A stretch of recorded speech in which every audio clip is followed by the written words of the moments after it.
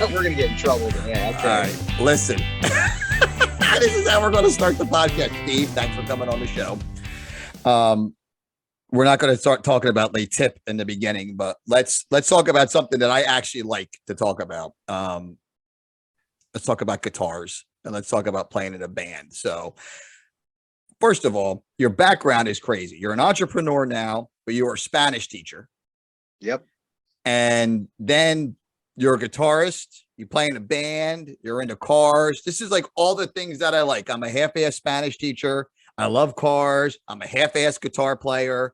I played in a band. I was the worst musician in the band. And we could talk about my band experience. It was by accident, and it was a lot of fun. But tell me how you went from being a Spanish teacher to being an entrepreneur and owning Old Glory Detailing and Paintless Dent Removal. Well, it's kind of a crazy roundabout story. So when I was in high school, my dream was actually to go to West Point. And I was a big runner, still am, and ran cross country and track, and went through and did all the physical aptitude tests, and actually got the congressional nomination to go to West Point. Wow. And it was about 2 weeks before Christmas, my senior year, and I get a call from West Point, and they told me that I couldn't throw a basketball far enough over my head while I was kneeling, and that I couldn't go. So from there, I was pretty crushed, but my backup school was TCNJ, or at that time it was Trenton State, just because I'm an old guy, but went to Trenton State and decided I was going to major in business. And I knew I loved Spanish. I'd gone to Spain. I was the Trenton Times Honor Carrier of the Year my senior year, and I went to Spain for 10 days with that program. So fell in love with the country, fell in love with the language, went to college to do business, and I was going to do foreign business or international business. And said, man, this is really boring. I don't like this at all. Right. I had worked for Foot Locker for a long time. I was what I like to call a replacement footwear technician. So I was doing all the measuring and the feet and everything. So I knew I liked working with people, and my mom was a Spanish teacher for 30 something years. So I said, you know what? Hold on a second. Will you tell your last name? Like, what's your last name? My last name is Zarodnansky. So Sandy Zarodnansky is my mom. Everybody called her Senora Z. Your mom was my Spanish teacher. No way. In Steinert High School. Yep, that's where she taught. Right. Yep. Wow. I'm going to say this. I'm going to say this with all respect. I loved your fucking mom. Oh, like, she's she awesome. literally, the reason why I was only going to take Spanish 1 and Spanish 2. And I had another lady for Spanish 1. She was all right. She was a nice lady. Then I had your mom for Spanish 2. She made it so much fun that I actually took Spanish 3 and Spanish 4 with her. Nice. Oh, man. And we actually, is your mom still around, or like? Oh yeah, my mom. I just saw her. I went to go see her after La Tip on Tuesday. So yep, she's still around. She still lives in Yardville. Yep. So I made the video de año de español, right? The Spanish video of the year for your non-Spanish speakers, about this book called Marianella. So your mom used to give us a class, right? It used to give us in the class. She used to give us we had to make a Spanish video, right? Could be about anything we wanted it to be. You know, we had to write the script in Spanish. So we read this book, Marianella, probably one of the worst written books of all times. I apologize to the author and his family. It sucked. In any language, the book sucked. Benito Perez Galdós. Yo no sirvo para nada. That was Marianella. So you know the book, right? Yeah. Your mom taught it. Like, he probably wasn't able to eat dinner until he read the book in Spanish. Probably. I had to recite it, and then I got my noodles after that. That's right. I did not like that book. Anyway, so we made this video, right? And we did like on location shots. My grandmother was in the video. I mean, it was fucking nuts. We sung Welcome to the Jungle in Spanish, and it is so nuts. This video was so crazy. And we were like, it was a hotly contested situation where like, we didn't think we were going to win Spanish video of the year. And we did. And man, I wanted to hug your mother. I love that. So that's the difference. My mom was a school teacher too. She taught 5th grade at elementary school in Hamilton Township. And the difference between having a good teacher and having someone like your mom is like next Night level. and day. Yeah, night Like, and day. night and your mother made like everybody want to be in Spanish class. We actually learned. I conjugated verbs today, right? We were talking about buying something, so comprar, right? So Yep. I conjugated verbs today, and my employees are all Spanish, and they know I speak half-assed Spanish. Mind blown that I could conjugate all the way. You know, I could conjugate ear. They were like, they could not believe that You like had I could Spanish in you. Yeah. So here's the best part of it. I go to college, right? And I go to Montclair State. I took Spanish 1. I took Spanish 2. And I'm thinking like I might be done like that, right? The Right. Spanish 2, I had a professor who she was like the assistant professor, and she was going to be professor full time next year. And she says, "Hey, will you guys take my class?" She was hot. She was like smoking. And I'm like, you know what?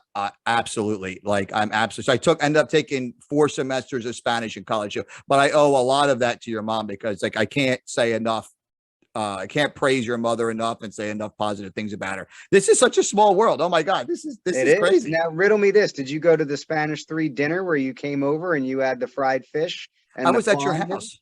You were at my house. You met me. Oh my God. Yeah. Long time ago. I graduated in 89. So Gotcha. that's how old I am. How old are you? Wow. So I'm 44. Nice. So I you're a graduated baby. in 96. You're a baby. Yep. So did you know Paul Conti? You graduated same era as him, right? And the name is familiar. I'm trying to think of who was in that Spanish class with me. I could tell you the stars of Marianella. I could tell you the stars of the Marianella video. Jeremy Schiffer, Jeff Takazuski, Brian Reeves actually played Marianella. That's awesome. Oh, it was great. We had like a transvestite Marion. And the best part about this thing was we had to use your mother made us use the word bark, gua, like gua, gua, gua, gua, gua. We had to use this in this video, right? So there's Brian's rolling down the hill dressed up as Marianella. Don't even ask. And we filmed this dog, just some random dog in Veterans Park, totally random. And we do like a dub, and it goes gua, gua, gua, gua. Your mother was beside herself. That's she could awesome. not believe how nuts this was. So, that's amazing. Your mom retired. I would assume retired a while ago, right? She did. Yeah, she retired a while ago, and she's been having a lot of fun. She babysat for my brother. So my little niece Emma, and Emma's now in preschool, or she's in, I guess, elementary school now. But nice. So she's now she's babysitting for a friend of hers that lives around the corner. So still doing her thing. She plays a lot in the church band. She plays guitar. She was one of the big influences to get me into music. So yeah, but she's doing great. That's for sure. So your mom influenced you to play the guitar, and she influenced you to speak Spanish. She did, yeah. And when I got into TCNJ and I decided I was going to do the Spanish thing, and then decided business wasn't for me, I was like, well, my mom's a Spanish teacher. I like working with people, so I wound up becoming a Spanish teacher. And I actually taught at Steinert for a couple of years, and then went to 100 Central High School and taught there for 14. And in 2016, I've always loved cars. And I bought my first Porsche when I was young. And they asked me when I took it in for service one day, actually the only time I took it in for service, because I got the bill and said, I'm going to learn how to do this myself. I'm sure. But they were like, would you like us to detail it? And I didn't know what that meant. And so I actually joined the Porsche Club, and they would do these clinics and teach you how to do it. So it was a lot of fun. I learned a lot of things. My neighbors would see how clean my cars were, and they would say, hey, you know what? Do you want to clean mine? And I'd say, sure. So I started off that way, and I was working out of my driveway, and I was still coaching. I coached track and cross country while I was teaching, and I was detailing as well. And in 2016, after years and years of sort of building the business, it got to the point where I needed to figure out if I was going to continue to do that, continue to teach, or continue to detail and make that my full-time career. And I decided, you know what? My teaching license is never going to expire. I'm going to take a risk, take a chance. And so I did. And I was super lucky. My wife is amazingly supportive. She said, do what you want to do. She's a teacher as well. She actually teaches in West Windsor, Plainsboro. She teaches Spanish. And so she said, yeah, if you want to take the leap, I fully support you. So 2016 in June, I left teaching and took Old Glory full time. And I've met a lot of amazing people through what I've done. And at the end of the day, I've got an amazing crew that now works with me. And it's been just a really, really, really great time building the business and getting to do what I do every day. What were your feelings when you taught like your last class? Were you like, this is it? or you kind of mentally left the door open for yourself, or were you like, fuck it, I'm all into starting this business? You know, it was bittersweet. So I wrote a letter to my students that I gave to them on the last day of class. And it was sort of like Mr. Z's guide for going forward. And I gave them some of my favorite quotes. And the quote that I left with, the quote that I said, I just always remember this. I really believe in this. I said, from Bill and Ted's Excellent Adventure, they said, be excellent to one another. And for me, that was, no matter what I could teach them in Spanish or anything like that, leaving that world of having an influence on kids, to me, that was the most important thing. And knowing that I wasn't going to have that anymore was definitely almost a heartbreaker.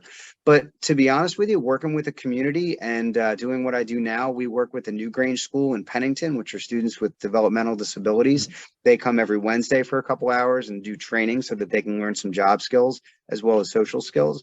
And then I work with a lot of younger people that get out of high school and they decide they want to do a trade rather than going to college. And I do get to influence their view of the world, what they see, the impact that they can have on the world. And I do try to do my best to show them that we can all really help each other and do good things. I think as a guy, right? And I talked about this. We had a guest on last week, Pratiti Pathak, and I was on her podcast on Wednesday, which was yesterday. Wow, holy shit, time flies. What day is it? Where am I? And we had this conversation, the importance of like mentoring.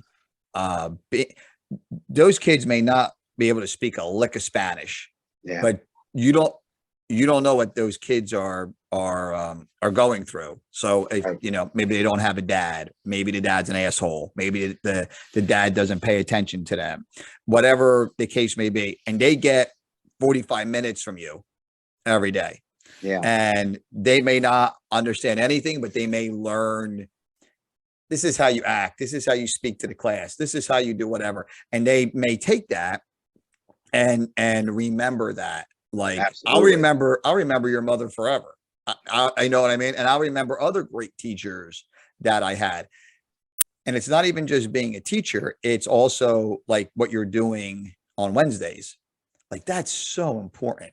And also, if you're interested, like my younger boy, Chase goes to school for heating and air conditioning at Mercer County Votech School. He doesn't know if that's what he wants to do forever, but it was good for him to learn a skill. Like, who comes out of high school and knows how to braze a pipe? Well, he does, because he went to HVAC. So cool. You know what I mean? Like, it's great. Who knows? Like, he's always going to have that skill. He's interested in becoming an architect. He's talked about a couple of different things. Great. But you know what? You have that skill. You've also been around other men, the guys in your class, your teacher, the principal of the schools at Mercer County Votech School. I don't know his name. He's outstanding. He's a really nice guy. Like, you learn how to act. You know what I mean? And I always say this stupid story where I had this kid working for me, and we had just demoed a ceiling, right? Like in a couple of rooms. All the ceiling came down, so now we have to pick it all up, right? So we had like 4 guys, some garbage cans, just picking up the shit, whatever. And we're towards the end, and I said, you hold the broom and I'm going to hold the shovel, and you push the dirt into the shovel. So not only does he push it into the shovel, this kid's so stupid. He pushes it over the shovel and onto me. And I just looked at him like, did you not learn ever how to sweep? And he really, I guess no one ever taught him how to sweep. Nope. And it reminds me of when I worked at ShopRite 100 years ago, right? And I was mopping the floor, and this guy, Lou Dorio, he was a manager there, and I'll never forget this. He came up to me and he said, who taught you how to mop? And I was like, my mom did, Mr. Dorio. And he goes, I know your mother. Under no circumstances has she ever taught you how to mop like this. He goes, you're an idiot, and this is how you mop. And he mopped the lobby a little bit, and he goes, now let me see you mop. And I mopped the floor. He goes, now you're not as much of an idiot as you were. And then I went home. So then I said to my mom, I said, Mr. Dorio called me an idiot. And she goes, were you an idiot? And I was like, I didn't know how to mop. I told him, this is how you taught me. Oh my Lord. My grandmother was like saying prayers. She was like, nobody taught you how to mop it like that. Nobody taught you how to mop it like that. And I'm just like, oh, for what the hell's going on? Right. But I learned, and I'll never forget that. And I carry that mopping story with me, whether it's the shovel or the mop or whatever. Mhm. We're getting away from in the real world, people learning skills. We really, really are. And there's a lot of people that I graduated from college. Rob went to college. You went to college. Nothing wrong with that. Way too much college, by the way. Way too much college. Right. Rob went on to like master's degree college. That's the professor over there. But I think that Rob knows how to use a screwdriver. You know what I mean? And there's a lot of guys out there that they look at you like you're fucking nuts, and they have no practical skill. And that drives me out of your mind. Even if you never work with your hands for the rest of your life, how do you know somebody's not taking advantage of you? How do you know that like this is the way the job should be? You don't. So you have no idea. Just you doing what you're doing, and just you having Votech people come over, working with the Green School, doing that kind of stuff, makes such a huge difference in people's lives. No, I think what we're here to do is that's what it's all about, you know? So absolutely. So let's talk about, I want to talk about car detailing, because I do watch car detailing TikToks, which Rob will make fun of me, I'm certain, because I watch car detailing TikToks, but I enjoy it. And I say there, I say crazy shit and he laughs. That was always as stupid as you running around. Steve, he's going to do the Appalachian Trail, 73 miles without a firearm. Walk around in the woods, 73 miles without a firearm. Good luck. That's unbearable, is what you're saying? That's unbearable. That's unbearable. Then I found out that there is actually bear spray. It looks like hornet spray. You know how you have that super hard spray? Think of it like between a pepper spray and a hornet spray. That spray is going to piss the bear off. It's going to really, come at you get harder. that close. What if you miss? He gets a whiff of what you try to smell at him. He's still going after you. So my cousin, it's my wife's cousin, Tim. I rooked him into coming because he's the only other person that I know that can keep up doing this Appalachian Trail. The only other person crazy enough to do it, you mean? Right. Well, you might come. And now that I know that Steve's a runner, his ass might be showing up too. Steve, let's make a pact that we're not going with him. We have a Latit meeting that day. Yeah, we have a Latit meeting that day. Whatever day it is, we have a Latit meeting that day. Every Tuesday. Every Tuesday. Can't make it. Sorry. Can't do it. So Tim says to me in a text, he goes, I'm down to do whatever. There's no bears, right? I don't do bears. All right. And I said, maybe, no guarantee. So time goes on. I send him a link to the podcast about me talking about bears. And he goes, wait a minute. You told me there aren't any bears. And he goes, if there's bears, you better bring a fucking gun. And I said, I'm thinking about getting my carry permit. And I go, but I may need some help figuring that out. I said, don't worry. Worst case scenario, we'll bring bear spray. And needless to say, Tim's response was, apply for your firearms permit now. He's like, this bear spray nonsense. But no, I do want to walk the Appalachian Trail. I want to do I'm trying to do something every month. Okay. Makes sense. Yeah. So in 2023, March, Rob and I are going, I don't know if our wives are coming, we'll see how this goes. Are going to Nashville for a podcasting event. Cool. To interview rock stars or whatever from our day back in the day. And then Steve doesn't have a day. Well, Steve, what is your day? What is your day? I mean, your day isn't our day. My day is every day. No, like music. Like when you were 17, what were you listening to? Because that's your stuff. That's your day. Probably like the best. You know, it's funny. When I was 17, I was listening to bands like The Refreshments. I was listening to a lot of Pearl Jam. You know, what is the name of the song? El Bandito, right? Is that the name of the song? Banditos. That's it. You got it. Yep. That's right. Yep. So he's still around. Roger Klein and the Peacemakers. They kick ass, man. Yep. So, but no, honestly, I was listening to a lot of Pearl Jam, but a lot of Guns N' Roses, a lot of Soundgarden, a lot of Nirvana. So I was heavy into grunge at that point when I was 17. So, but there's still some great bands out there. I mean, have you heard any of Dirty Honey? Have you heard any Dorothy? Yeah. You know, Rival Sons. There's a lot of great bands out there. I saw Dirty Honey with Wolfgang when he was nice. at the time. That was a good show. Although Heck Wolfgang, yeah. 2 of his guys in the bands, the 2 other guitar players, one was sick and one couldn't be there for some reason. So it was Wolfgang and the bass player and the drummer the whole show. Well, that sounds like Pretty what his dad impressive. used That to sounds do. Pretty impressive. Pretty Yeah. impressive that, and he handled it like it was not even a deal at all. And he was sick too. He was just getting over being sick. So one guy was super sick and he wasn't there. Other guy had to go home, and then it was his drummer, bass player, and him. So And then they rocked. Dirty Honey was good, but they were good. Yeah, yeah, man. Oh, Can man. you name a band? I had my friend John Bennett and I used to have this conversation all the time. That's like a new band, less than 10 years old. That is a good band that you would go see. Oh, I've less seen than 10 Blackberry years old. Smoke a whole bunch of times. They're phenomenal. Yeah, I mean, Wolfgang is a new artist. I mean, he's only been out a year, 2 years. I mean, I don't count when he played bass in Van Halen, so I count like his career. But Yeah, from his band. Like, how about the Struts? I like the Struts. yeah, Struts are really good. Yep. I saw them in concert. I saw them twice. Both times they were very good. yeah. See, but I like bands. Like when I go to see a show now, like I want to go see like amazing. Like we see Korn all the time, and I tell you, every single one is better than the next. I would never go to an outside venue again, but I'll just say that. Oh, I like PNC. You don't like PNC? No, we went to Susquehanna. They call it Freedom Mortgage Pavilion. It's the one that's over by where the Sixers practice. Okay. So we went there, and it was just crazy hot. It was like one of those days that it was like 100 degrees, 90 degrees here. So now you get all the way. We had front row, all the way front row. It was like 110 degrees there. Wow. It was fucking brutal. But the show was amazing because we were front row. Like it was sure. all that. But when I see a show now, like I don't know of bands like Matt Nathanson. He's been around for a while, but you know, like he's probably only the newer artist that I like around. I mean, I love all music and I like hearing cool new music, but it's kind of like they say when you're around 30 is when your musical taste kind of cures a little bit.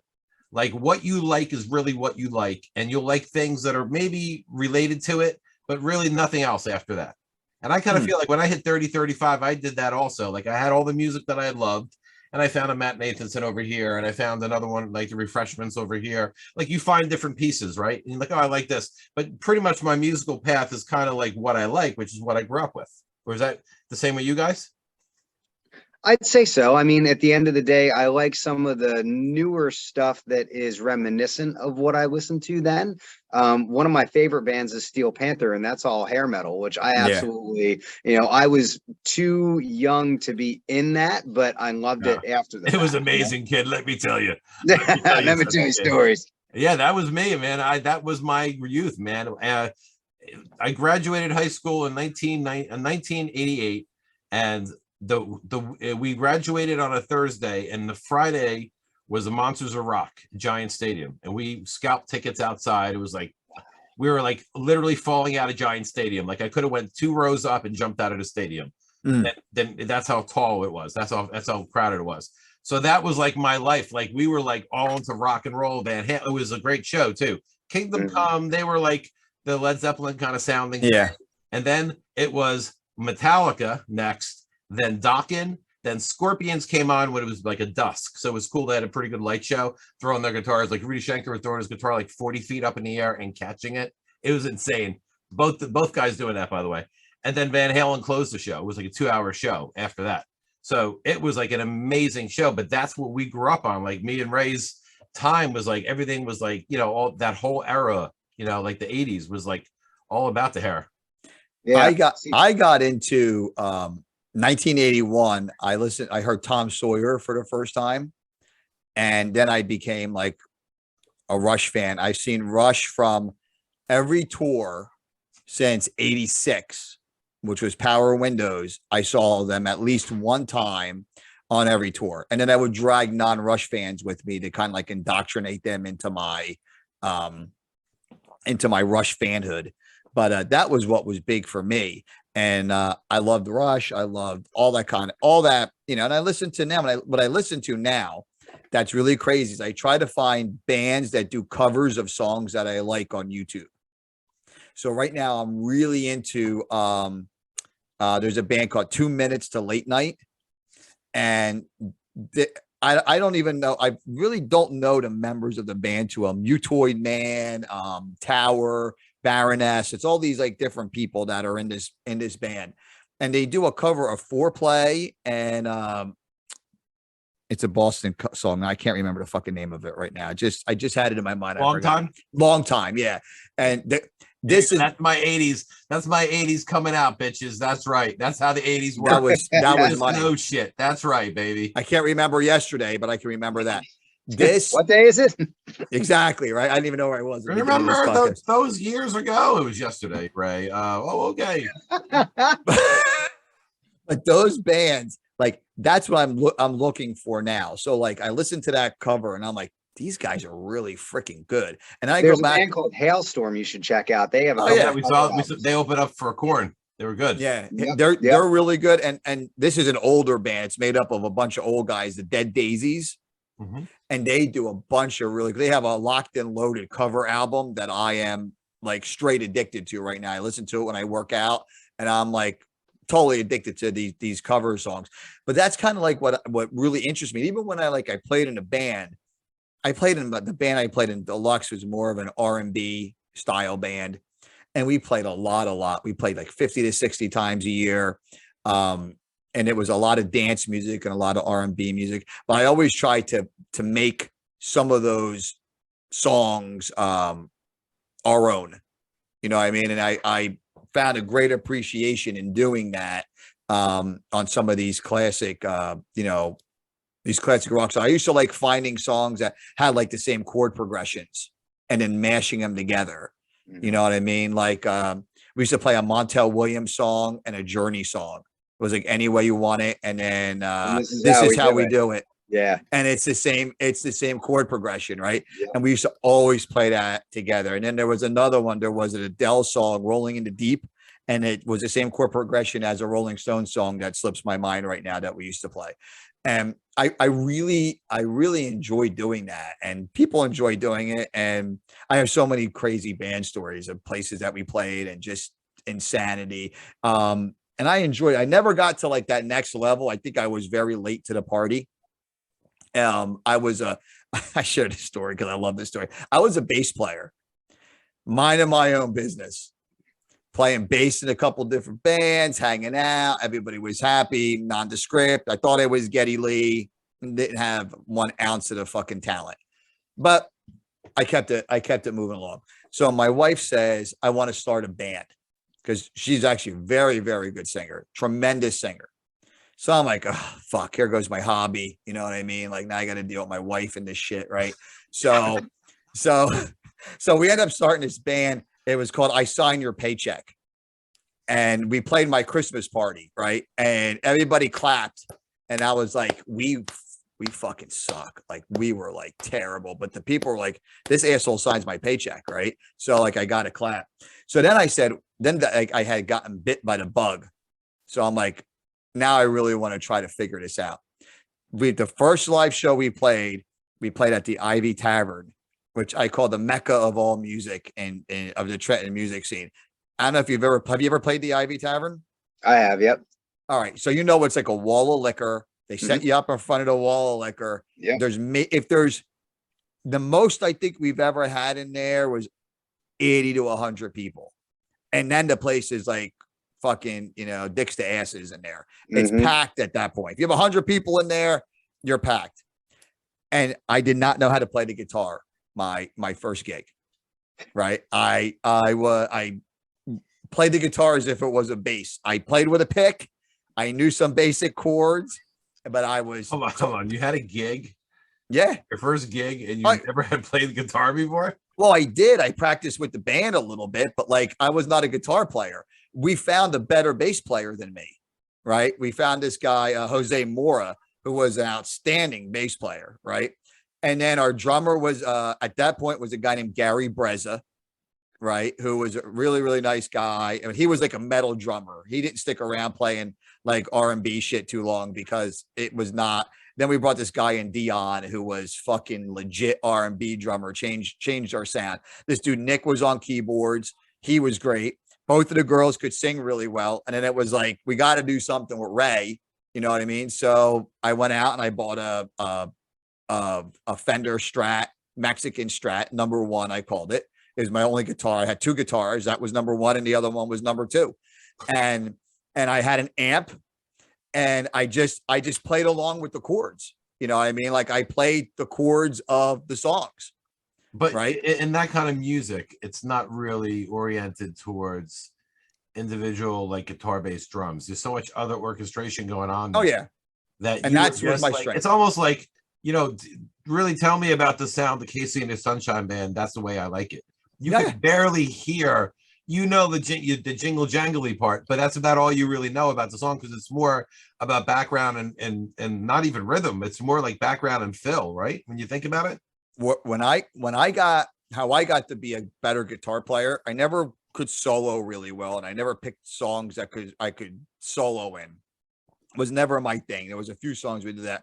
I went to Ernie White for guitar lessons, and I said, Ernie, I know how to play all the open chords, majors and minors, and I know how to play the all power chords. And what Ernie did was he taught me how to play like all the chords in like 5 different positions. Mhm. Then he taught me how to play 7th chords, the augmented chords, 9th chords. And then that expanded the Deluxe sound, the band Deluxe's sound tremendously, because now I could really play R&B songs the right way. And I could really play dance songs right. And even like when we played Journey, like we were really, really good at cutting out guitar solos. Like we were fucking professionals at it. It was just like the solo was going to happen, and then we're playing, this is how we do it. You know what I mean? And it was That's fine. smart, yeah. But it was fine by me because the band played on my strengths, because we used to play with a couple other bands, and I'm like, these guys are so much better guitar players than me. And they were like, we wish we could play A in 7 different positions like you can. And I'm like, well, I appreciate the compliment, but that was the secret to Deluxe's success. That, and we had two good singers, which from what I understand is really hard to come by. And we had the rhythm section in the band was great. And that's kind of how our best lineup was. We had this guy, Josh, who passed away, who was tremendous on keyboards. He used to cross dress and play. It was like fucking nuts. Like he would come to gigs with like boobs, and we're like, you're a guy. Like, how the fuck did you get tits overnight? You know what I mean? And he would, you know, whatever. It was nuts. And Dion was a tremendous drummer. And Jose was a great bass player. So you're in the band. You were telling me it's called Better Than Expected, but you've played over the years. Did you ever play with Rob? I never have. No, as a matter of fact, at some point we need to get together and rock out a little bit, do a little hair metal. You know, we have to get a whole a whole thing set up. No, I only know Steve a couple years from being a LaTip. That's how I met Steve when he joined our LaTip group. But we'll talk about that later, because you know. I kind of almost want to talk about this LaTip thing now. All right, let's get this. Let's get how do you say it? The elephant in the room? The elephant in the room. What the fuck is LaTip? LaTip is a professional organization of men who are dedicated to the highest standards of competence and service. And their purpose is the exchange of business leads. You know, each person is represented by one category, and conflicts of interest are disallowed. That's it. That's what it is. It's just a bunch of business people all representing one category in an area to help market other businesses. So because I use Steve constantly. I mean, Steve's the guy who's anything related to getting a car fixed, even if it's like I have a crack in my seat, he fixes that too. You know what I mean? Even if my son bumped someone and like he's driving and bumped someone where he didn't even bump him and he didn't even know he didn't. But anyway, I called Steve and he had a guy lined up for me. So it's just about finding great other business individuals and stuff. I think my attorney, Scott Kaplan, is in that group. Who? Scott Kaplan. He's an attorney. He's not in our group. There's a lot of LaTip. So there's a LaTip in all different cities. It's a franchise kind of deal. So it's an international organization. So what made you guys join LaTip? Like what, out of nowhere, where you just woke up one morning and say, I need male interaction with business leads, I'm joining LaTip? Is that what you said? For me, there's actually a business on Route 33 called Rich's Carpet One, and it's a guy named Rich Linnell. Okay. And I had been detailing Rich's Corvette for years and years before I had left teaching. And when he found out that I was leaving teaching and taking the business full time, he said, you know, I've got a group that you should probably come check out. And there are different networking groups out there. One of them is called BNI. And I live in Titusville, which is in Hopewell. And BNI meets at the Hopewell train station. So I said, cool, you know, Rich, I'll come check that out. But I wanted to kind of get a, you know, a comparison. So I went to a BNI meeting, and then I went to a LaTip meeting. And LaTip for me, it was, I met 30 something other business owners. It was a family like atmosphere where I could really feel that all of them were there to support one another. And I said, this is something I want to get involved with. And I joined in 2016, and I haven't looked back. It's been great for my business. It's been great for me because you learn who you can rely on as far as if you need something done. For example, in our shop, the electricity in our office was going in and out, and I was like, "Oh, that can't be good." Right. So I called the electrician of the group, and you know, comes right out, make sure everything is sorted out, taken care of, and you know, I didn't have to call 6 different electricians, wait for somebody to call me back. Holy cow! I hope I called the right guy. When he gets there, all of a sudden it's going to be this much. Well, no, actually, it's going to be this much. With LaTip, you know, you're getting great service. You know that the people are going to be fair, honest, and that they're going to be there for you. If Rob didn't recite the opening mantra properly, would like the sergeant of arms of LaTip come over and just like fucking beat He's his on the ass? way now. Rob, I think Rob, you know, he did it really well. There was a point where I kind of just, I don't usually, I hear it every week. You know, the big joke is we have to give it to someone every week to read. And I'm like, well, I hope I don't get it because I'll have to actually read it because I have to go by memory usually. I joined in 2008 is when I joined. Wow. Yeah, I joined in 2008. Actually, I think 2008 was when I joined. And I was in another chapter before, and our chapter was met over at the Town and Country Diner. And then I transferred over to the Princeton one, and I've been there. Steve's been in the group he's on the board of directors with us. So, you know, it's the only reason why the LaTip works is because you have amazing guys like Steve and Brian Morris and Rich Linnell. And there's so many other guys that do great work. I mean, you know, like it's funny, like the handyman in my group, Bart Amato, like he's over here so much that when something breaks, when they tell me it breaks, this is how they tell me. Dad, you got to call Bart because the thing on the wall came off and it has to be put back on. In other words, he's here that often. And that's the kind of person that you can trust. That's the kind of person you want in your life, you want in your house to give you a good job, fair job, and make sure your house is safe. You know, like, you know, because things that are important to you. So, and that's what the group is all about. It's about like-minded businesses helping out one another. And in this world we live in, I don't know if I would have gotten through all my business stuff without LaTip, because the relationships I made there allowed me to grow my business. And that's really what it's all about. You either pay to advertise your business or you could grow it organically. Growing it organically is having 35 other people like yourself out there in different agencies going, hey, when you need a website or you need your car detailed, or you need some, you know, I know Ray does carpentry. If you need some work done in your house, that's the kind of powerful stuff. It's like getting the jobs that are never available in the want ads. That's why the best jobs in the world, the best projects in the world are the ones that you never have to call someone and get 3 estimates on. Right? Yeah, sure. For me, as a business owner, I own a general contracting company, and I love kitchens, bathrooms, and basements. I also do work in Philadelphia, and I do,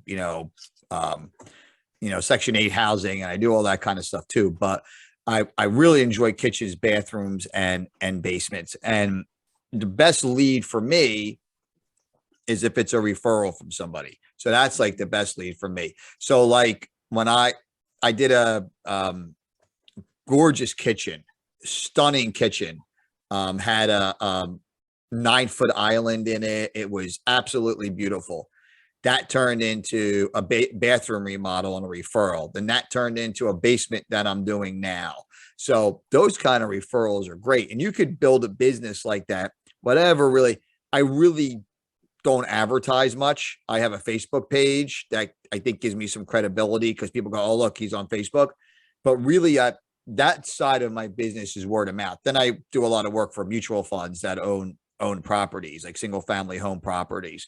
And I do that kind of work too. But on the creative side of doing it, I think it's great. I think things like LaTip, I make fun of it because I've never joined one of those things. I've always been like I got asked to join the Masons and like just not interested.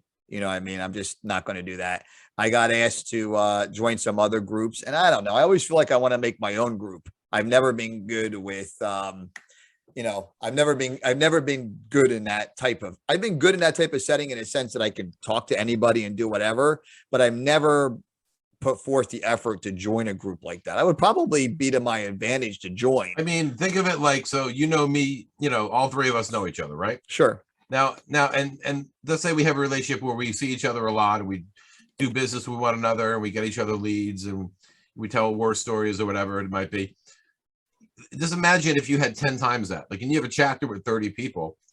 Sure. Imagine the reach of people, like when that person goes to a dinner party a half hour away of a person that you would have never been able to interact with in advertising, says, you know what, I gotta get, you know who does kitchens, I gotta get this cabinet fixed. Oh yeah, I know my friend Ray does great work. Why don't I have him give you a call?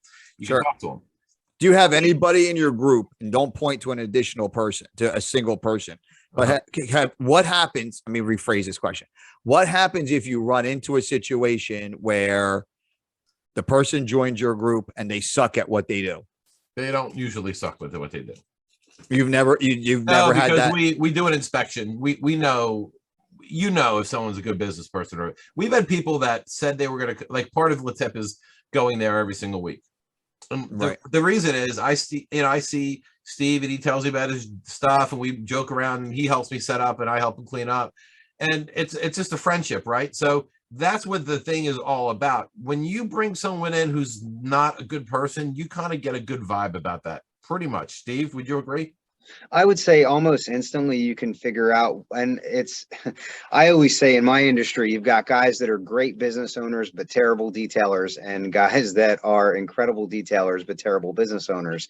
And you get a feeling right away when you meet somebody, when they come to a group like that, as far as if they're really good at what they do and if they're really good at promoting their business. And for us, it's something where once they join and once people start using them, it becomes pretty obvious pretty quickly if they're not good at what they do. Right. If their professional demeanor falls apart, that comes up pretty quickly. And most of the time, if they're not good at what they do, then people in the group won't use them, and then they won't recommend them, and then they're not getting any business, so then they leave anyway. So it's sort of the attrition of people that aren't good at it. So well, we do have a slight way of filtering that out. It's a secret sauce. I'll tell you what it is. Secret sauce is you got to get up at 6 a.m. or 5:30, depending on who you are, and you got to be at the meeting at 6:45. And it's from the meeting, we network from 6:45 to 7:16. 7:16 the meeting starts, and at 8:31 the meeting is over. So the meeting is 100% done by 8:30. So you literally are starting your Tuesday morning with this. So people generally who don't want to be good business owners don't get up at 6 o'clock in the morning, just so you know. If you're lazy or if you're not good at what you do, you're not doing that. I feel like that, and that's why the meeting time works. So why do you break my balls when I tell you I wake up at 4:30, 5 o'clock in the morning, and you go, what are you doing? Why would you do that? And then you break my balls about that. If you get up early too. I get up one day that early. I said one day. I'll give you that. I'll give you that. Ray, I'm up every morning at 5, so I'm with you right there. That's how you got to do it, bro. You got to get your first workout in. You got to get your first breakfast in. You got to spend some you time. Breakfast with I was up at 5 this morning, and I did Orange Theory this morning over in Princeton, and burned like 700 calories. So I get that. Yeah, I eat. So here's my morning routine. I wake up at the crack of dawn, 4:30. Today I got up. I was a little closer to 5. It was like 4:45. I was running late. You know, I take a shower. I got to take, no matter what I do, I got to take a shower first thing in the morning. It's just, my back is stiff, my body's stiff. I got to do that. So then I do, on my workout every morning I do like meditation and prayer every morning, no matter what. 7 days a week, I do that. I don't care if the house is burning down around me. I do that no matter what. Then I have days where I work out. I might go and I run. Which is more like a walk run kind of thing, which I enjoy doing. I might do a HIIT workout. I might do something like that. I might do kettlebells, whatever. Then I eat my first breakfast, and I eat the same thing every day. I eat oatmeal with a little bit of brown sugar and a protein shake every morning. Then now I don't have to pay attention to my kids anymore. They're all you know, the youngest is 17. So they get up, they go to school, they go to college and do whatever they got to do. So I got that going on. I'll do some work for a little bit and then I eat again. And then I go and if I'm working from home that day, great. If I'm going in the field on a job, great. And I go and I start my day that way. I have that me time where I have like an hour plus in the morning where I can pay attention to myself. And that's key. So I might not be at a LaTip meeting like you and Rob, but now I'm going to start calling Rob up on Tuesdays at like 5 a.m. to make sure that he's awake. Make sure he's up and going. Yeah. I get up at 6, by the way. I get up at 6. And so literally down the street. No, I'm just now, guess where it's going to be starting November 15th? It's going to be at the college. At Mercer? It's going to be, but we used to have it at the Mercer Community College, a conference center. There's a conference center, right? That building. Yeah, yeah. You pull in on the left, right there. Yeah. And that's where it's going to be now. It was there before for a very, very long time, and it moved for COVID. And then we were at a couple different places. We were, figuring out where we're going to go. We're over at the Blend in Hamilton. We're there for a while, but we're going to be moving back to the college in a couple weeks. Do you guys eat? Is there like breakfast served and everything too? You get something for your dues? We're not going to do it anymore. I think we're just going to have people bring their own thing. I think we live in a world now where, it's like, I don't know what Steve likes, but I know what I like. Like, I know I'll grab a Diet Coke at a granola bar and walk out the door. And I'm like, I'm happy as, and you're going to have your, you're going to make your little sandwich and Steve's going to bring his. And it's a little easier like that. Right. That makes sense. Because you have to pay for that. Remember, that costs you, a couple bucks per person. You got 30 people. It's like $240 for so so-breakfast. You might as well just grab it yourself. That's a valid point. Steve likes breakfast, but you like the breakfast, right? I do. I'm a big fan of hot breakfast. My wife makes fun of me because she's like, "Oh, hot breakfast on Tuesdays." All right. So. All right, we have to get hot breakfast for Steve. We can't have him being upset. I'll stop and get my hot breakfast. Don't you worry. You're gonna get McDonald's. You get McDonald's like in the little tray and everything. Do they still come like that? I haven't been to a McDonald's in 30 years. I have no idea. You haven't been to McDonald's. Hold on, that's a story. What do you mean you haven't been to a McDonald's in 30 years? I almost never ever do fast food. I mean, if anything, it'll be the chili from Wendy's. But other than that, fast food and we don't get along.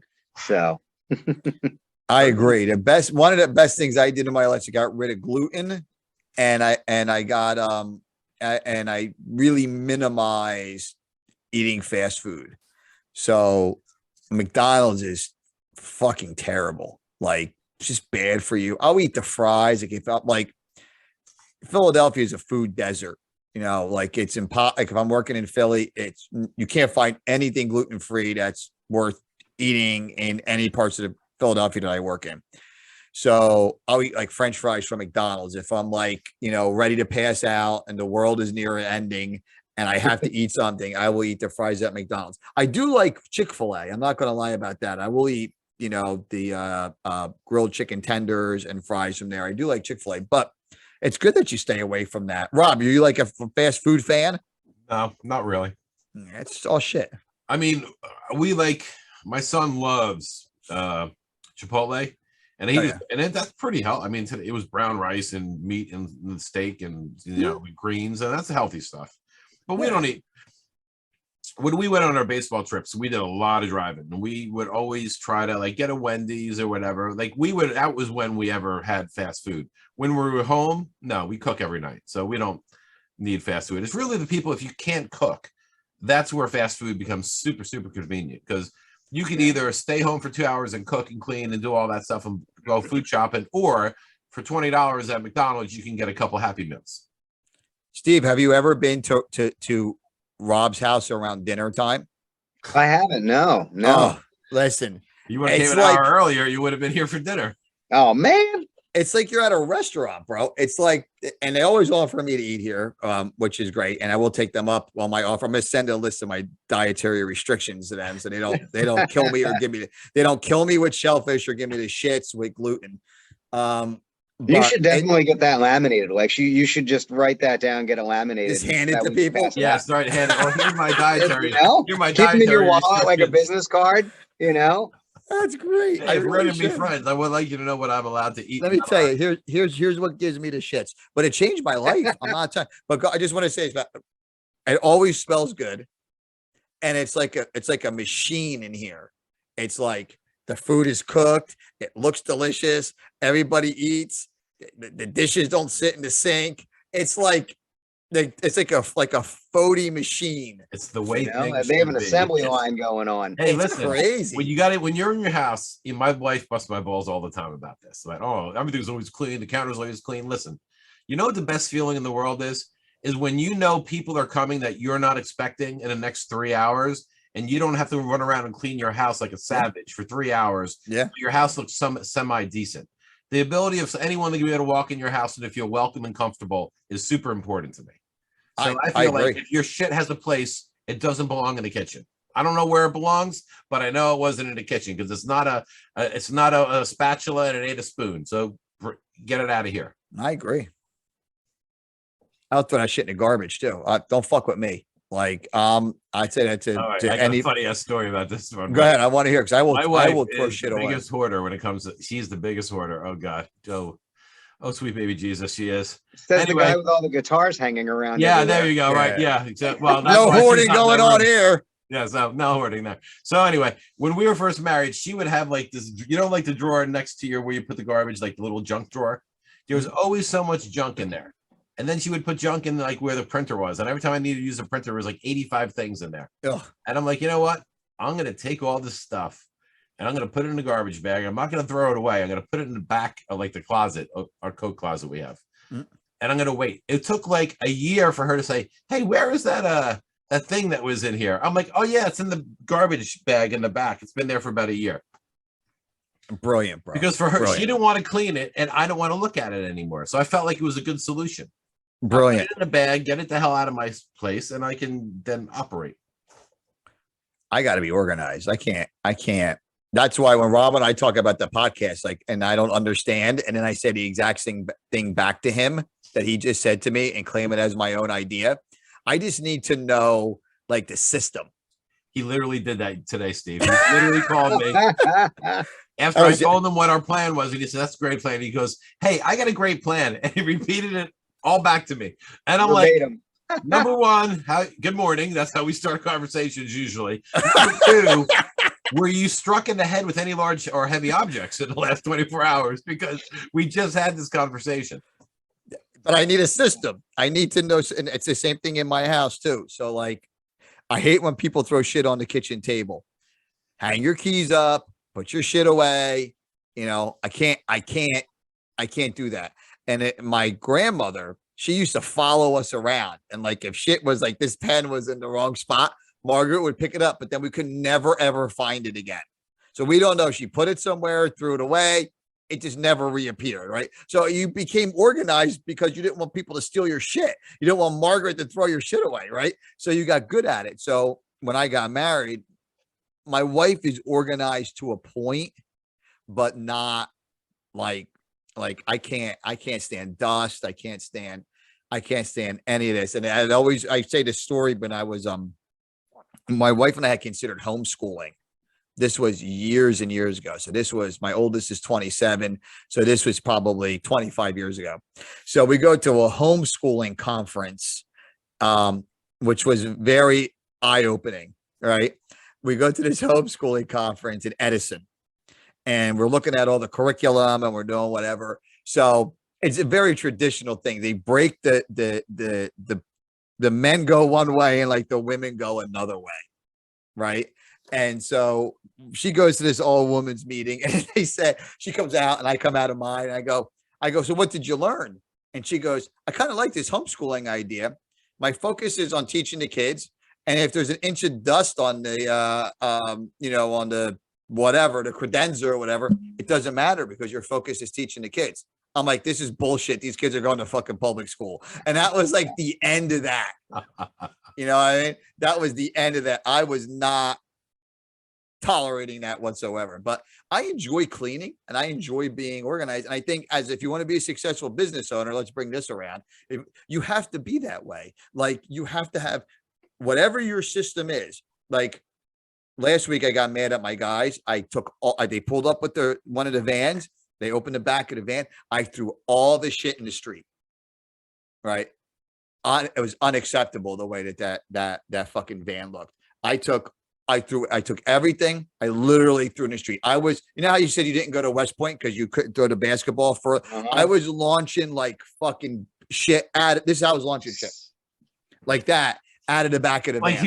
he was inbounding at the soccer match. Absolutely. And the World Cup. He was trying to, do that. And they've been through it before. They know what the van should look like. So this was like 2 weeks ago. So today I pull up to the one job site, we're framing the thing, and the guy's like looking in the inside of the van. And I go, "Your van's a mess, isn't it?" And he's like, "It's not looking too good." I'm like, I will throw I go, "You're gonna tomorrow morning before you come to this client's house, you're gonna clean out this fucking van." Because how you waste time if you can't find the tool quickly. It's so inefficient. Yeah, it's so inefficient if you can't do it that way. Amen. Yeah. No, at my shop, we have carts and everything is set up on carts. And then we do have 2 mobile rigs and everything is organized and set up a certain way. We have checklists that we do after each car is done and a procedure that they go over everything. And then they have to have somebody else look it over to make sure that nothing was missed. So there's a whole thing behind. If you have a system and a setup and a procedure, that does make everything work a whole lot smoother. Who do you see getting their cars detailed? Is it people who drive Corvettes and Porsches, or is it mom pulling up in a minivan? Who do you, on average, who do you see detailing their cars a lot? Honestly, with Old Glory, we work on everything from Fords to Ferraris. Today, for example, so we have 2 38-foot RVs in the back that we've been working on polishing the outsides of the RVs because they're really sun faded. We have a horse trailer in the back that we polished all the metal on and got that shiny again for that client.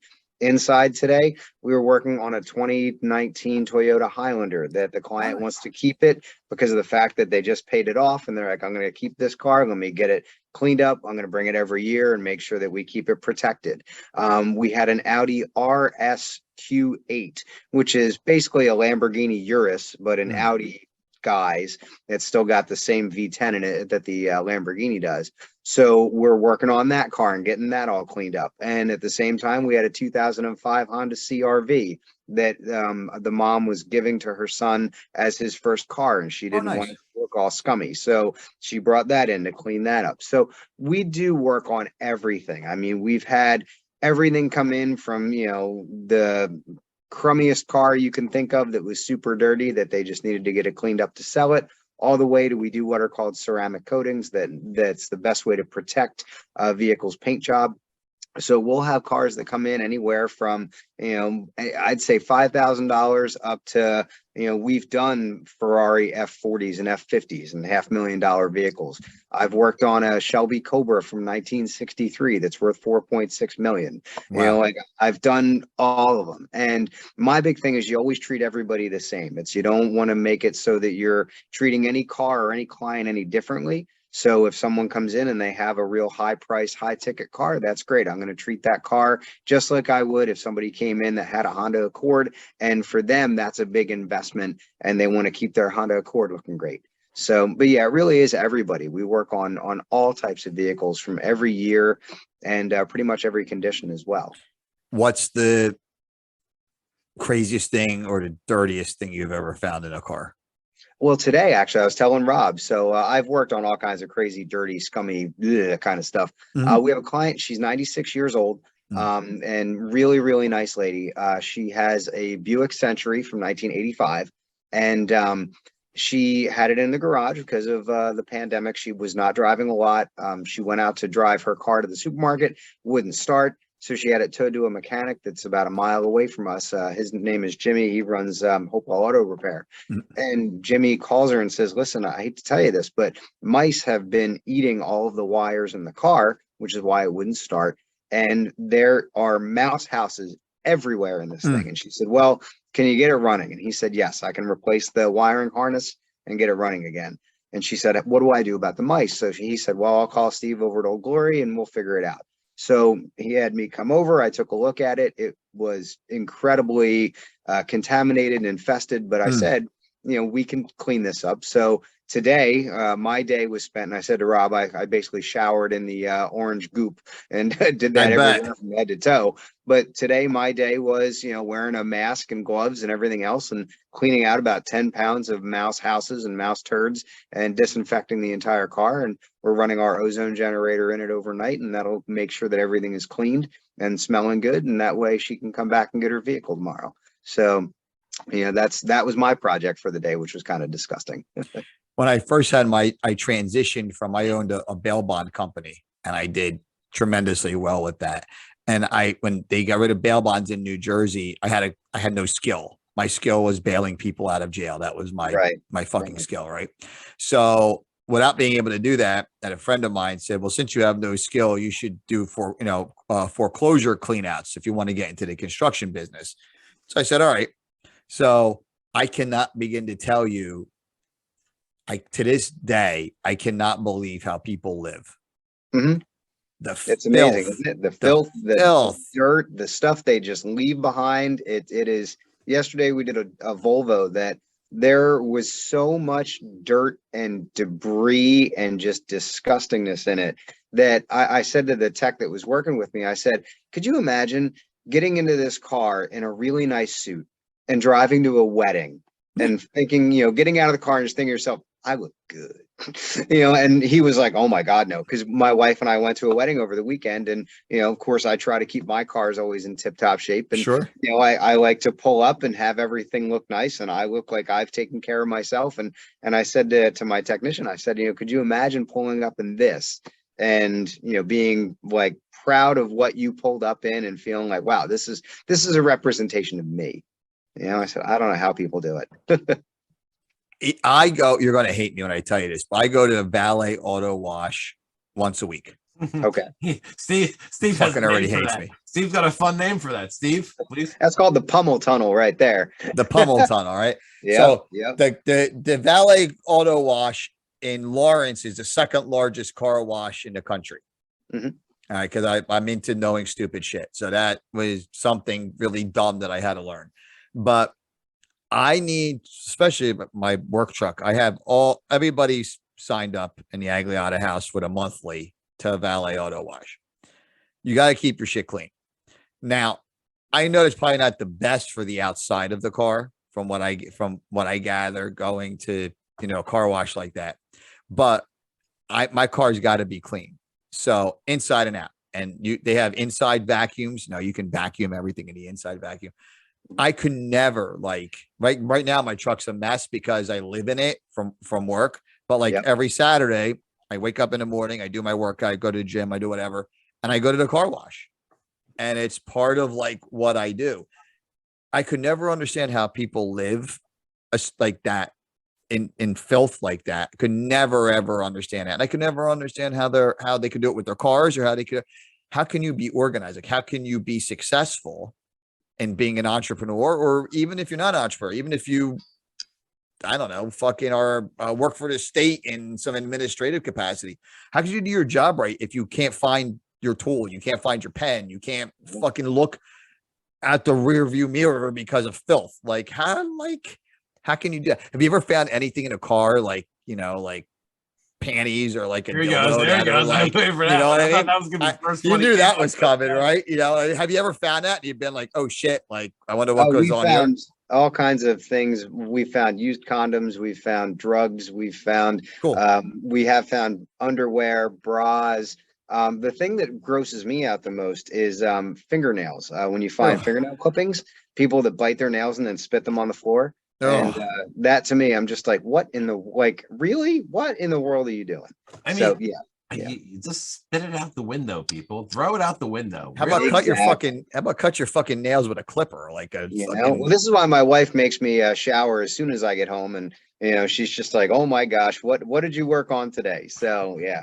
Nah, I remember being just dirty. Fleas. I've brought home fleas. I've done where I know I have to get changed. I've literally gotten changed in my driveway. My neighbors are walking by like, hey, Ray. And I'm just straight in my underwear, I've done that in the garage. I'll strip down in the garage. That's actually what I did today. I walked in the back door of the garage and stripped down to my underwear and took all my clothes, immediately put them into the washing machine, started the washer and did a heavy load and ran it through twice. So, yep. We had a property. So I was doing cleanouts, and then the company that I was working for, their name was Acero, and they hired me to be their regional manager. Hired my employees, the whole 9 yards. It was a really good situation. So we got all the in-house crew. There was 20 guys. It was me, an assistant manager, and 18 guys. And we would get all the hard houses that the subcontractors didn't want to do. The absolute worst of the worst of the worst houses that you could imagine with stuff in them. So, and we got to travel. We traveled all over the place. We were based out of Philadelphia, but if they got we would cover from like Roanoke to Syracuse. But most of our work was in Philadelphia. But then they would say, hey, we want you guys to go to Kingston, New York for a week. We just got 20 houses there, and we're going to open up a new shop up there, and we're going to train the guys, and we want you to go back and forth for the next, couple of weeks. So we would do it. It would be cool. So I saw a lot of the country in that area that normal people would never see. Yeah. So we were doing this. I got a lot of crazy stories, but I got two that are interesting. There was this one house in Pennsylvania that had, well, let me go to the Princeton one first. We get a house in Princeton and we're like, all right, it's Princeton. Right. This is fucking cool, right? This isn't going to be bad. I don't know why it has already been turned down by the entire network of subcontractors. So we know that something is there, but we don't know what yet. So we go over there, and it ended up, I'll give you perspective. It had 900 cubic yards of garbage in it. So to give you perspective, that's 30 dumpsters. Yeah. 30 cubic yard dumpsters of garbage. That's a lot of stuff. Right. Plus countless numbers we had dump trucks. I don't know how many trips we made back and forth to the dump with the dump trucks. We could not keep up with the volume of this. And it was a little house, and the guy, he hoarded everything. He had 40 or 50 washing machines, like washers and dryers. He had just boxes and boxes of newspapers. At one point, the basement had flooded. So the basement had tunnels that you could walk through, these tunnels of around the shit, and it flooded. So it just stunk like filth, just mold and mildew.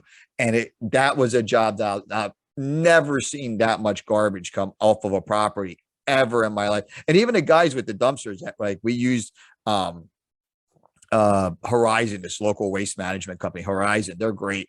And even the drivers were they're like, Jesus Christ. They were it just keeps coming. Does this ever end? They were dropping off 3 dumpsters at a clip. You know what I mean? But that was a one where I just couldn't believe the volume of filth. We've had other ones where they were flop houses or whore houses, or, they'd bring in, migrant workers from whatever. So they'd have 40 or 50 mattresses, plus just tons and tons and tons of just garbage. And some of them, they hold in your mind that you're just this is so insane. And we had to do all kinds of crazy shit to get the garbage out of there. And the idea was just to get the garbage out, clean the houses really good, make them safe. So that way the realtors can come in and sell these houses. Right. And I just never seen anything like it in my life. And I'm sure it's like that with cars too, because you just can't, I don't know if this is just people just aren't raised right, or they think that this is okay in some way, but I think happens with a lot of people. I think it gets to the point where they're overwhelmed and they don't know where to start. And, and that's something where one of the things I try to do as the owner of Old Glory, and it's a marketing tool, but it's also sort of like I like to make a dent in the community, but I try to get people on a schedule. We have a CRM, and I'll email every 6 months and give people a reminder. Hey, it's been 6 months since we last worked on your car. If you like to bring it in and have it cleaned again and protected, then, we'd be happy to have you in. But I think it's, it gets to the point where it's so dirty or so bad that they don't know what to do. Yeah. And then that's where it's great to have them bring it to us. We could take care of it and then kind of get them on a schedule. So, and we have a lot of people that will buy new cars and bring them right in to get them protected right off the lot. And then they fall into a schedule where they're there every 6 months or so. All right. So let's talk about that. Because one thing you said was ceramic coating. That was one thing you said. And the other thing is now with this schedule. So let's say I have a 2016, which I do, Ram pickup for work. I'm a huge fan of Ram pickups, right? So I want to bring. When they start. All right, motherfucker. That's a whole nother story for another day. I didn't tell you. Key, and half the time the car won't start.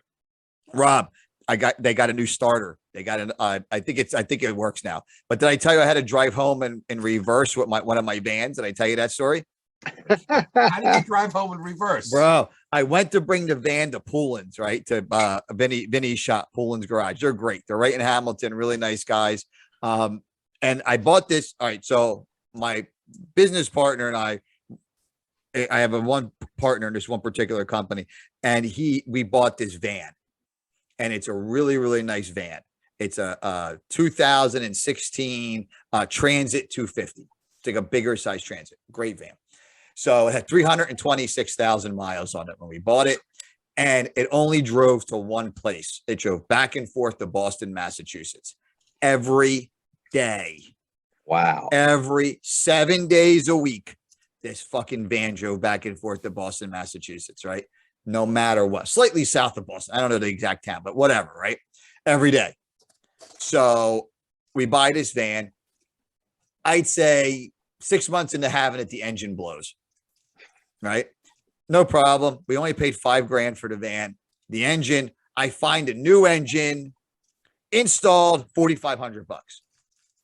My partner says, no. I got this guy. He's got a guy, right? $3,500 going to put the engine in. This fucking thing has not worked since properly. It works when it wants to work. So a couple months ago, it just broke down at the base of the Tacony Palmyra Bridge in Philly. We tow it to this guy, Rob's in Bristol, PA. He says there's a communication problem with the computer, blah, blah, blah, blah, blah, whatever. He fixes it. So now it's at my house. We cleaned the van out. Good to go. I said, I'm going to drive it to go get an oil change. The fucking van, drive down my street. It gets to the end of my street. It will not drive forward anymore. All right. All it does is stall. So I keep on starting up, but when I put it in reverse, it doesn't stall anymore. I drove home in reverse. You made it. I made it, right? So I'm here, obviously, and I made it, but I couldn't believe it. But I'm going to go back to, how far? You know where I live. So I don't know, a mile. I don't know. That's ballsy. Backwards. I had to do it. What lane were you in? Were you driving like you were driving a regular car in the right lane? No, bro. It's residential. It was residential. It was residential, but I did it. You know what I mean? I pretended I was in like the Secret Service and I was like driving backwards like that. You know what I mean? It was fucking fun. But I want to go back to this. So I have this pickup truck and I want to get it waxed. Is like I'm gonna do outside protection on my pickup truck. Is that an expensive proposition? I know I don't want you to quote me on here, but is it $500 to do that? Is it $200 to do that? What's the like? And what's the benefit of like just not throwing on some turtle wax yourself and buffing it out? You know what I mean? Sure. So look at Rob. I make Rob laugh all fucking night long, like all night, and then he gets mad at me when I repeat conversations to him, and then we go to bed. Yeah. No, you have mental breakdowns. You start telling me the ideas that I gave you yesterday. They're like, that's a great idea. And you call me like it's a new idea. Like, what's wrong with you? Do you have a head injury or what? What's going on, bro? Then you send me, what's that thing called Bitmoji. That's the best thing ever. Him and his Bitmoji. His Bitmoji looked like it was 100 years old. I'm sorry, Steve. Man, So, oh man. Steve, what's the advantage, like, of like just rubbing some turtle wax on that fucker versus and buffing it out versus bringing it to you? And obviously, there's like different levels to it. Is it like waxing versus ceramic coating? Like, Absolutely. So what's the that's, deal? I'll be honest with you and tell you, that's a can of worms. There's a lot to unpack there as far as what's going on. But basically what happens is that you need to make sure that your vehicle is cleaned, that it's prepped to have something done to the outside for protection. And then everybody always confuses a wax and a polish. They're like, well, you're going to polish my car? Or are you going to wax my car? And I'm always like, polish is different than wax. I had a lady call and she was very upset with me yesterday because I told her, here's the deal. Polish is what makes it shiny and wax is what protects it. And she was like, yeah, but I need you to wax it. And I was like, well, yeah, we're going to do that after we polish it. Well, no, I need you to wax it and then polish it. And I'm like, that's not how that works. We're going to polish it, then we're going to wax it. And she was adamant about, you have it wrong. And I was like, I've been doing this for 20 something years and you're absolutely right, ma'am. I'll do it the way you want to. And then do what the fuck you want. That's how I live my life too. Exactly. So basically the way it works is that if you have a vehicle that is, let's say, a 2016 Ram that actually starts and will go and can get to my shop. Thank you, Rob. I know Rob's going to love that. So we offer several different levels. So when you asked about waxing, well, wax, if you're thinking about a traditional like a turtle wax, that's something where it does two things at one time. It's called a cleaner wax. So you'd wash the vehicle, and then if you were doing it in your driveway, you'd rub the turtle wax on, take it off. Probably take a couple hours to do that. How long does the protection last that you just put on? About 3 weeks. So basically you'd have to do that once a month, spend 2 hours or so once a month to get that to really protect the vehicle. The other thing that it does while it leaves some protection behind is that it's a cleaner wax because it's going to clean the paint. It cleans it chemically. It doesn't do a polish where it's actually abrading away any of the finish. So can it make it shinier and look nice? Absolutely. Is it something where it's going to make it have some protection on it for a couple weeks? Absolutely. So what we do in our most basic package is we do what's called a clay bar treatment. After we wash it, the clay bar is going to kind of do an exfoliation of the paint and make sure that the pores of the paint are nice and clean, that everything is removed. The cleaner the surface, the better result you're going to have. So if we put a sealant on there, a sealant lasts anywhere between 4 to 5 months. So a sealant is going to protect your paint for a lot longer than the turtle wax would. Now, again, if you could clay bar it at home and then put your turtle wax on, your turtle wax will last for a few weeks longer. So as far as doing a ceramic coating, we can do that on vehicles. Ceramic coatings, there's several different types. The newest one on the market is a graphene coating. Graphene is just like you'd find in a pencil. The benefits of the graphene is that it gives you a really nice shining look. We're still working out how long they last because once you put them on, doing a fortification of that is sort of iffy at this point. There are quartz coatings, which I don't like the look of them. Quartz coatings kind of give you a plasticky look. The ones I like are by companies that use silica dioxide. The cool thing about silica dioxide is you can actually layer it. You can make it so that you can, just like old lacquer, it melts into itself. So you can make it so that you can have a 2-year rated coating. And we have people that are at 5 years after doing fortifications that their coating is still working great. So you asked me about the cost. Well, as far as that goes, a lot of it depends on the condition of the vehicle. Ceramic coatings, what happens is when you put them on, they're actually much harder than the paint itself. They'll make any defects stand out. So if I have a car like a 2016 Ram, it's been driven through the car wash a lot. It has what I call spider web marks because the car wash does something where it kind of flaps against the paint or it sprays it really hard and that's going to make all the dirt run off. That's going to put marks in the paint. If I put the coating on without polishing those marks out, it's going to make those marks stand out even more. So what we do is we do what's called paint correction, which is where you polish out all of those marks. Paint correction is done at $50 an hour, and I can't really quote without seeing a vehicle. So I do get that a lot. I get a call and how much to ceramic coat my 2016 Ram, and I'll say I need you to stop in so I can do an evaluation on it. Our ceramic coating package is $450. That includes the materials, all of the install time. That includes the preparation and the decontamination, the clay barring, and all that stuff. So for $450. That's how I get the coating installed, but I need to make sure the paint looks as good as possible. Now, like I said, that's done at $50 an hour. So it's kind of impossible for me to give an accurate quote without seeing it, but I can give you an idea of where we end up. I think just listening to what you said. So I'm I love cars. Me I'm too. by no means an expert on polishing, waxing. I knew the difference before you spoke, but I don't think the majority of people would. I think that there's a little confusion. So like for me, like what I've always wanted to do, and this is probably, I don't know if it's the right thing or the wrong thing too. I've always wanted to get compound and buff the shit out of my truck with compound, trying to fix all the little scratches and like trying to fix all that kind of stuff. Then I want to wipe that all down, and then I want to like get a turtle wax, and I want to wax it. Is that the wrong order of procedure for that, or am I crazy? So the way that it works is that you've got compound, polish, and then your sealant. And compounds come in all kinds of different varieties. So since you're a general contractor, if we put it in the terms of when you put spackle on a wall, first thing that you do is you hit it with like a 40 grit or an 80 grit, because you got to knock it all back. And then you're going to hit it with 180 to smooth it out and feather it out. Well, that initial 40 grit or 80 grit, that's your compound. That's going to get rid of all of your deep scratches. But you wouldn't paint a wall after doing that. You have to finish it out. That's what polishing does. Polishing is how you finish it out. So with our different levels of detailing, we can do a polish on a car and not do a compounding round, because the compound needs to be followed by a polish before we do the sealant. So in our most popular detail package, which is called the classic detail, we're going to do a round of polishing. That's going to get rid of some of those spider webs and the smaller marks, make the paint shinier and glossier. Then we put the sealant on to protect it. So if you go to our next level up, that's when we're going to do a round of compounding, a round of polishing, and then the sealant.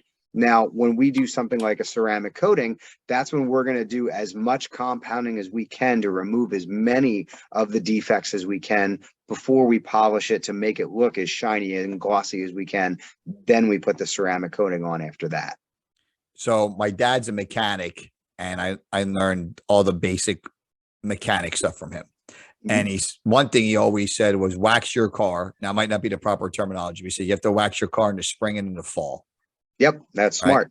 Yeah. And he goes, you might not do it right or know what you're doing, but at least your car won't be as fucked up as it could be eventually. And that makes a lot of sense. Like he's an engine guy. So like I can change the oil. I've done my spark plugs. I've done all that kind of stuff. And I've learned all that. I learned all of that from him. Auto body stuff and vehicle wiring, he was never a fan of. He found it to be extremely annoying. So I've never learned that much about it, but I always try to we have 6 cars, you know what I mean? So I always try to pick a car and do something to it on that weekend, and whether it's wax it or whether it's clean it or whether it's whatever. So your suggestion is you come in twice a year. Yes, usually what we say is come in spring and fall. And that way, not only can we get a sealant on there to protect the painted surfaces, but you want to get rid of all the salt, the grime, all of the road debris. So, and even things like bird poop and bug guts, because they'll etch in and they'll make things that, you'll have marks in your paint that it gets to the point where we can't fix it. So, and we want to make sure that we can keep the vehicle looking as good as possible. I have a neighbor who I don't like, who feeds pigeons, and we call her the bird lady. The bird lady. And one of the reasons why we have we pay this monthly car wash package is because depending on where you park, these pigeons shit on your car. You can't drive around with shit on your car. No, because that burns through super fast. You can't do it. So we're always hitting the car wash. We're always doing whatever like that because of this. It ended up because of one of the reasons is, first of all, you got to be neat and organized, but also you can't drive around with bird shit. A, it's bad for your car, and B, it's embarrassing as fuck. It is. You can't do that. People look at you like, what the hell did you do to that car? You know what I mean? And so you have to do that. But that's bird shit really hurts the. And it's funny, we have people that will come in, and I have one of my really good friends. She's a great bass player, actually. Bought a brand new, I'm talking 2022 Nissan Sentra, straight off the lot, black. Loves the car. She bought it over the summer. So she was at work, and while she was at work, a bird crapped on the hood. So she came out after work at 5 o'clock, saw the big smear of bird crap, and she's like, "Oh man, So she went and got water and a sponge and tried to wipe it off to make it so that the car was nice and clean. Well, the bird had eaten something that was in the bird shit. So as she was trying to wipe it off, and since it was all dry from baking in the sun, it scratched the ever living hell out of her hood as she was trying to Oh, get the bird shit off. So then she calls me and she's like, holy shit, what did I do? So she brings it to the shop and I wound up wet sanding her hood so that way I can get the scratches out. And it was amazing how the whatever the bird had eaten, whether the bird had eaten an eggshell or something like that, but man, it gouged the living hell out of that paint. And modern paint is mostly water based. It's not lacquer based anymore. And water based paint, man, that bird poop is acidic and it'll eat right through it. Same thing with bug guts. We have people that'll leave bugs on the front of their car for months. We bring it to us. We'll do the detail work. When they come back, they're like, it's still dirty in the front. I'm like, nope, that's actually all areas where the bugs etched into your bumper or etched into the hood. And that's not something that we can repair. That's now a repaint scenario. see, I think people look at cars in a couple different ways. So like for me, I'm a big Formula One race car fan. Nice. Love Formula One, bro. I watch it every Sunday. When it's on, I'm a fucking lunatic. You know, I'm a Ferrari fan. I stand in front of the TV. You know, all that's just craziness, right? I appreciate Formula One. I appreciate auto racing. But and I appreciate taking care of my car. Yeah, But I think that some people look at the car as more utilitarian than absolutely. It's anything A to else. B. That's all they need. Just get from A to B. And they don't care. And some people, I think there's different levels of that too. I think some people will wash the car and be like, yeah, fuck it. You know what I mean? I vacuum it out and I wash it. It's good enough. And I get back and forth and work with it. Other people don't even do that. They're just like, fuck it. Like, I'm going to drive this thing. I had a friend of mine who, he knew a lady who never changed her oil. She would just continue to add oil whenever the oil was low. She never changed a filter. Well, her filter was probably getting better and better because it was getting more clogged, and that means it's filtering better, right? I guess. I mean, it was crazy. And the car ran forever. It was an old station wagon, and this car ran forever. I think there's people that are the extreme to that. I also think there's people extreme on the other end where the car has to be absolutely perfect and has to be a showpiece. I think it depends on when I look at like my pickup truck, I need it to be clean. You know what I mean? And I want it to be functioning when it functions, and I want it to be safe to drive. And it has to be clean, neat, and organized all the time. So that's how I look at that.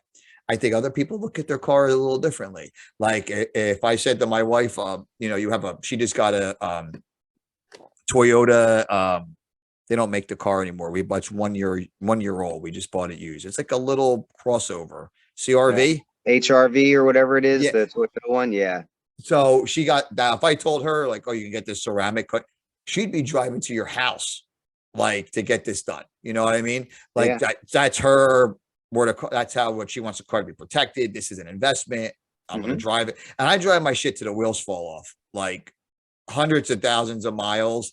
Like that's how I believe if you maintain it, it'll drive forever. That, yeah. So that's just especially like a Toyota or something like that. Those cars are great forever. So I think that there's levels of, and I think in your business, kind of like my business, I'm doing a basement now where it's a basic basement.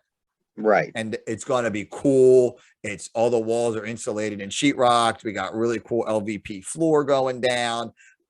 We framed out some different rooms that the customer wanted, a laundry room, whatever. It's going to be really, really cool. I've done that kind of basement, which is like, say, a $20,000 basement. And I've done a $60,000 basement where we've had to put special lighting in so the guy can shine the fucking lights on all his autographed jerseys. You know, we've had to put, we did a custom made bar with lights underneath the bars. And when I say a price, that's without material. So like, you know, this is like we're going to move into this basement, and that's, you know what I mean? So and that guy's like, I want to be able to have my friends over to watch the big screen TV and look at my jerseys and do this and do that. And the other guy is like, I want to do something similar, but my basement is not the most important part of what I'm doing. So I think you have to, in your industry, I think you have to look at it too, where like, I might bring my pickup truck in and say, I just want to make sure the paint's protected on it. I'll see you twice a year. Versus this is a Ferrari and needs to be treated as such. You know what I mean? Kind of idea. So I would assume you see a lot of those, that type of line of people too. It's funny. We see everybody from soccer moms that have a minivan that is completely destroyed that they want to, get cleaned up because they're tired of sticking to the seat when they get out of it. To business owners, we do a lot of work with people that have vehicles like construction vehicles or like pickup trucks, and they want to keep them clean and keep them functioning. And then we do have people with collector cars. On Tuesday, we have somebody who's bringing us a 1964 Corvette that he's actually taken out to a big Corvette show out in Carlisle. He wants it to look, and it's a survivor car, never been painted, never been hit, nothing like that. And so, he's bringing it to us because he knows that we know how to handle that sort of thing. So we do see kind of like all ends of the spectrum in that you have people that need or want certain things done. The cool thing with my industry is that it normally starts one way or the other. In other words, like I'll get a soccer mom that she has her minivan done because her kids are finally old enough that they now know better than to track stuff in or whatever. And then she sells the minivan and she buys herself a nice SUV and she's like, I'm going to bring it and get it ceramic coated so that way it's protected. And then the husband says, well, if you're going to get your vehicle ceramic coated, then I want to get my truck detailed. And then we sort of work into a family affair like that. And we have a lot of people where it sort of snowballs like that. And I call them repeat offenders, where they'll bring various vehicles in, or they'll start off by bringing a collector car and they'll say, okay, this car is really special. I want this done for this show. We do that work. And then they say, you know what, while you're at it, let me bring my wife's car in. And then we take care of that. And then they say, well, let me bring my daily driver in. And then we take care of that. And then, well, I've got 4 work vehicles. You guys will do those, right? Sure. Then they bring those in. So it's nice to see how that relationship develops. Absolutely. So let's talk about something fun right now. Did you know Rob is a fucking ripping guitar player? I know Rob is a ripping guitar player. Like what I recorded him on. He knew I was recording him. He said, "Oh, don't record me." But no, I said, "Don't record me." That was all bullshit. I was playing. You were milling around my area, I believe, when you were supposed to be upstairs. Yeah, but yeah, that's exactly what was happening. But you see that little guitar that's like over his right shoulder there? Yeah. So he played some Van Halen songs on that. Yeah, fucking nice. ripping. And then he says, I was a bass player in my band. And I was like, bro, who the fuck was a guitar player? Like, if you were a bass player, was Eddie Van Halen himself the guitar player? Because he doesn't say it, but he rips. Nice. You know what I mean? So Steve, what are you playing around? When are we going to get to see you play live? Yeah, so that's where I'm going with this. Good God, so, Rob. Next gig that I'm actually playing is at a place called Harper's Table. It's in Clinton, New Jersey. And so that's going to be B to Z, which is the acoustic stuff. And we're playing from 11 to 2. It's actually a brunch gig, which should be a cool way to hang out. And what do you wear to a brunch gig? Do you have to wear anything fancy, or do you have to wear? I don't know. That's a good question. I haven't quite thought about the outfit yet, as far as what is I'm it linen pants? I mean, what are we talking about here? Are we talking about I think outdoor?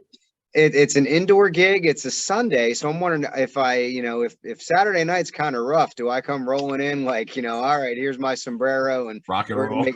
Exactly. Hair of the dog, get me a Bloody Mary, and that's keep great. On going. But yeah, so that's the next thing coming up. You can actually follow me. It's at Steve Z Guitar on Instagram, and it's a whole lot of fun. I absolutely love what what I do with that band, and then I'm playing, like I said, with a group called Better Than Expected.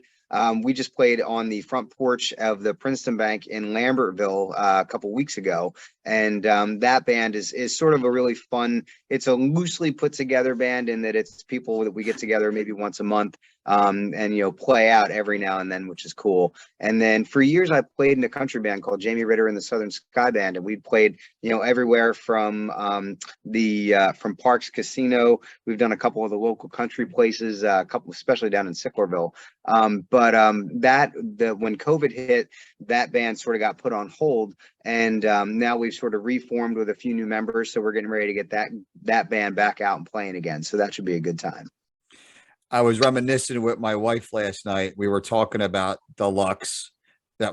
And we were talking about people who wanted to get on stage and sing with us, right? Mm-hmm. So we had a girl that we were playing at a restaurant in Hamilton, and we had to do an hour of easy listening. Then there was like a half an hour break. And then there was, we could play 2 hours of dance music. Right. Gotcha. So we were playing like this Carrie Underwood song, right? At the time was popular, drive my key into the side of his pretty little four-wheel drive, right?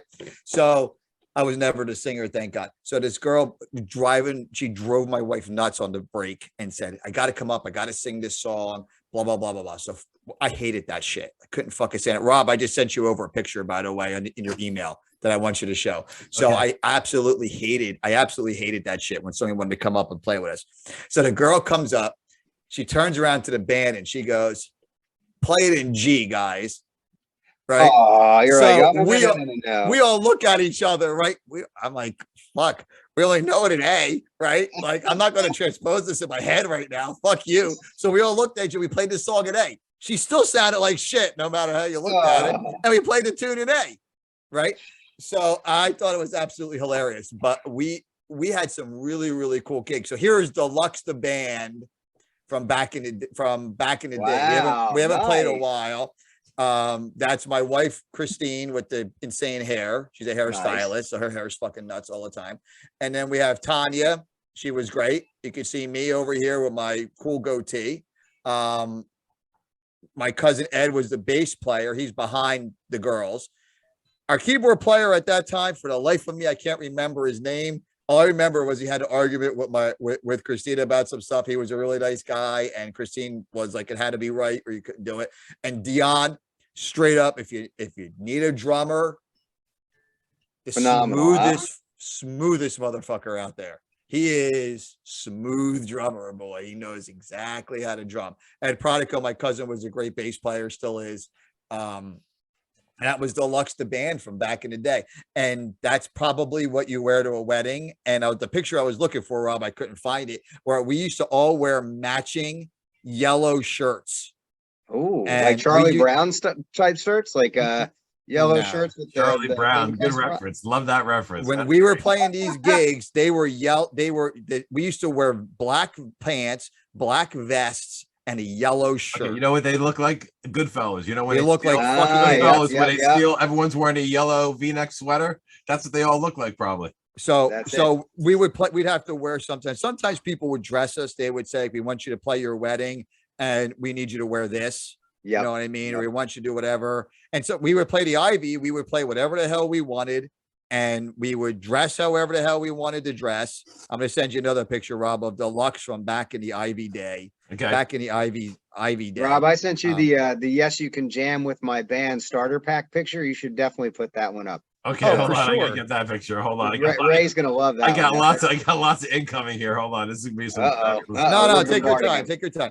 But I enjoyed playing in the band, and I also really enjoyed I didn't enjoy setting up and carrying shit around and doing all of that kind of stuff. I hated that shit. And back in the day, we're talking, 10 years ago, it wasn't as compact as it is now. You know what I mean? A lot of times I use a modeler. I don't even use an amp anymore. I mean, I bring an AX8 and run straight into the board. Like there's no point. And we used to lug around speakers and amplifiers. Yeah. I mean, you're playing, every Friday and Saturday night. We used to play Parks on Thursday, which was a great gig. That was a really, really good gig because they had union sound guys. Yep. So all you had to do is bring your guitar. Yeah. What a scam they fucking ran, Steve. They ran the best scam of all scams with bands. They would say, we need you to play the Battle of the Bands every on Sunday for free. If you come in that would be your audition, your demo. Yep. Yeah. You come in first or second place, we'll give you a Thursday night gig. Right. So like, all right. So we would play, we played on a Sunday, right? We didn't even come in first or second place. I'm like, but you still get a gig. The girl comes up to us and she goes, I'll make a deal with you. We'll give you we'll give you one Thursday a month, right? We're like, all right, fine. But you also have to play one Battle of the Bands a month. I'm like, but we just lost this battle of the bands. And she's like, it doesn't matter. Like, she's like, do you understand how this works? Like, you're going to play for free every one Sunday a month. That's what you're going to do for 1 hour. Yep. And then you're going to play one Thursday a month, and we're going to pay you $1,900. And I'm like, looked at the guys in the band. And everybody's like, all right, let's fucking do it. Yeah. And that's what we did. And we did that. We played the Ivy. We played tons of weddings. We played the Sticky Wicket. I've been there and done that more times than I can count. We played some places in Princeton, Tiger's Tail. We played another one in Princeton that's right on Nassau Street that was all college kids that we played a lot of 80s rock in. We played a supper club where they don't have fraternities. Bro, that was the weirdest gig of all gigs. Every year, really, twice a year, we played this supper club in Princeton. And I remember one year, not one person came into the room. They had a full stage set up. They had everything. Not one person came into the room and watched us play for three 45-minute sets. Not one soul, right? Isn't that nuts? But they paid us. They paid us like $3,000 to play this gig. So I said, all right, no problem. So the next year comes around, and the guy goes, this year's going to be different. I'm going to pay you the same, but I'm going to promise you there's going to be people in there listening to you. You would think that Journey pulled up and played. We had like 200 people in this room, all dancing to 80s music. So I said, well, what's the difference between this year and last year? And he goes, well, we just didn't tell anybody about it last year. So they spent, it's just ungodly amounts of money that they had. And they're just like, and gobs of money. Yep. So we had all those kind of gigs, and I kind of liked the wedding stuff. I thought the wedding stuff was pretty cool. I also liked playing the Ivy because we would play some weddings, and we played a wedding in New York. I'll never forget this. And the lady said, okay, I really, really like your band. You guys are great. Here's a list of songs we want you to play. And there were like say the 30 songs on this list, maybe 3 of them were in our repertoire. So you had to learn all the tunes. But why the fuck hire us? Like, there's got to be a band out there that knows all these dog shit songs. You know what I mean?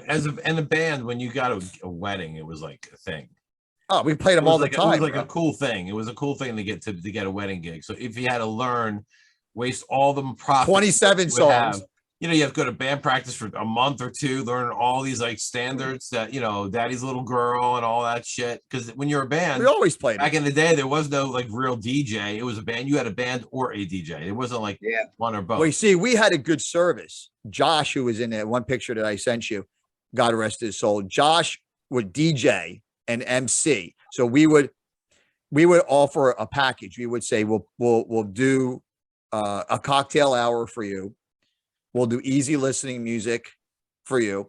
And then in between sets of us playing, like we're going to have the bride come out. We're going to dance with the daughter. We're going to do this, all this deluxe. That's deluxe at the Ivy Tavern. Look at that, baby. That was the greatest of all deluxe lineups. You got Josh there on the left. That's me, Tanya, Christine, Dion, and Jose Mora. I love my cousin Ed Prodigo to death, but this here, you can see it's 2013. This lineup of deluxe was no fucking joke. This was a solid dance R&B band. And if you wanted to have fun, that's what deluxe did. That's what we were good at.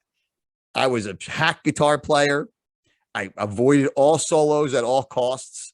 I did all that kind of stuff. But man, deluxe, if you want to have a good time, and you want to have a good time at your wedding or whatever, we played a Beach Boys themed birthday party. That's cool. That shit's hard to play. The Beach Boys were no fucking joke. You have to really not suck to play some of that. I'm like, these motherfuckers. I think you're playing a game a little bit. I'm sure if you're playing Beach Boys, you probably can play the guitar a little bit. I can play the guitar a little bit, but also I will say I'm not as good as you, Rob. That's 100% for sure. Stop it. But I will say that I liked playing in the band. Now, would I want to play in a band now at 52? I listen to my son play the guitar, who's fucking the next thing to, I'm not going to say he's a virtuoso. He's fucking really, really good. And his skill level is sick. So he went to local lessons here with Ernie White. And then eventually we had to get him lessons where he emailed one of the guitar guys that he likes, this guy, Jackie Vincent, who we have to get on the podcast. And he emails, says, he goes, hey, can you give me guitar lessons? This guy's a touring musician in a band called Falling in Reverse. Unbelievable, ripping fucking guitar player. If you watch a video of this guy, he's sick. And he goes, yeah, he goes, I'll give you lessons. So every Sunday, him and Jackie would go on Zoom, and Jackie lives in Las Vegas, and they would do guitar lessons. His level of playing is better than anyone I've ever heard. On a bad day, his level of playing is better than any local musician I've ever heard. That's including me and you, Steve. That's just get in there and keep practicing. So, but the point is that at this stage in my life, I don't think I have the chops to keep up with younger guys. And I also don't think I have the ability to, I used to play a lot, the guitar, and now I pick it up when I want to play it. It's become something fun for me. So, you know what I mean? So that's, you know, my thoughts. So at any rate, I was also thinking about guitars more. I'm not going to fucking lie to you, because we have a lot of things in common. So what's my number one guitar was a Fender Stratocaster Mexican, best guitar I've ever owned. Nice. What's your daily player? So I love Les Pauls. I'm a big Les Paul guy. So the one that I go to most often is actually a 1952 Les Paul. So it's one of the first 100 ever made, and it's just got this incredible neck to it, and it's old and beat up, but man, it sounds amazing. How about you, Rob? Hold on. Let me see. I'll give you a little. I hate you. I'll pull it off the wall here. I hate you. I'll pull it off the wall. What's your, and we're gonna end it with this segment, because I will get Rob to play. I will get Rob to play on the podcast one day. My number one. What is that? EVH Stealth. It was, I want to say it's either 2015, right around like when they went on tour. It's a Stealth, so it's like a black, but it has this weird finish that doesn't have any reflection to it, which is pretty awesome. Yeah, it's a matte finish. That's beautiful. Yeah, like a matte nice finish. guitar. He's got the super hot 15K EVH pickups. Hardware is great. I just got another white one recently. It's just not the same. Like even like the way the frets feel, like the way they're dressed, you can just tell they're doing it differently. You can just tell that it's a lot more of it's being outsourced versus like a real luthier going in and, like, you know, dressing up the frets and stuff. But when you have a number one, like this one, I've had service forever. So this is the one that gets, you know, that gets all the fret ends perfect. This is the one that gets the filing and gets the polishing. Whereas maybe an average guitar, you don't get your frets polished, right? Or you don't do that kind of level of work to it. So this is my number one for sure. So, Steve, can you sing? I do sing, yeah. Mm-hmm. All right, Rob, I'm gonna make this commitment. I will play bass in your band with you and Steve. Ooh, we just need a drummer. I know a couple. You have a drummer, Rob? Yeah, I can probably wrangle a couple people. We'll figure something out. So I would like to play a gig somewhere. How about we watch Steve and not have you play the guitar? Because you said you played guitar badly about 8 times tonight. So let's. Who, me? Yeah, you did say it a couple times. So he's gonna play bass. I'll play bass, bro. I'll play bass really far back. Saying how amazing and bass he was. I did not say that. But he followed it up with, "When I have no talent like Getty." So I'm not quite sure if I want to be making that kind of time investment for, you know, that. But, you know, I'll for it. Bullshit. I feel my feelings are hurt now. Only kidding. Steve, if you want to be in a band with me, you can. Rob, you're not in my band anymore. I mean, yeah. All right, Steve, if everybody wants to find you and they want to find Old Glory and they want to find the Better Than Expected band and all this stuff, give us all your social media info here. You got it. So you're going to find Old Glory Detailing is at Old Glory Detailing on Instagram. And I'm at Steve Z Guitar as far as any of my music stuff, and I advertise everything on there. So you can check out Old Glory Detailing at oldglorydetailing.com. We have all of our packages, our pricing, and tons and tons of pictures as well. That's actually all created by Rob Foti at RMF Technologies. Wow.